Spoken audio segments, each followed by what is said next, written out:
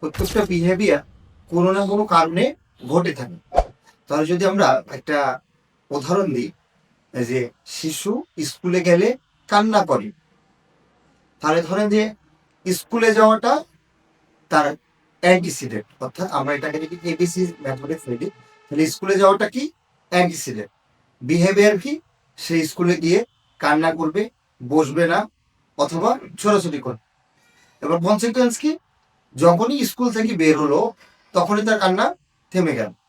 তাহলে এখন আমরা হিসাব করি তো, যে কান্নাকাটির জন্য অ্যান্টিসিডেন্ট কি ছিল, স্কুলে আসা।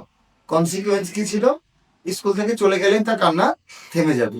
তাহলে দেখুন, আমরা যদি প্রত্যেকটি আচরণের অ্যান্টিসিডেন্ট এবং কনসিকুয়েন্স এই দুইটাকে বিশ্লেষণ করতে পারি, তাহলে আমরা বুঝতে পারবো যে শিশু আচরণটি কেন করছে। আর সেটা যদি আমরা বুঝতে পারি, তাহলে সেটাকে পরিমাপ করতে পারবো, এবং যেটা পরিমাপ করতে পারবো সেটাকে আমরা সংশোধনই করতে পারবো।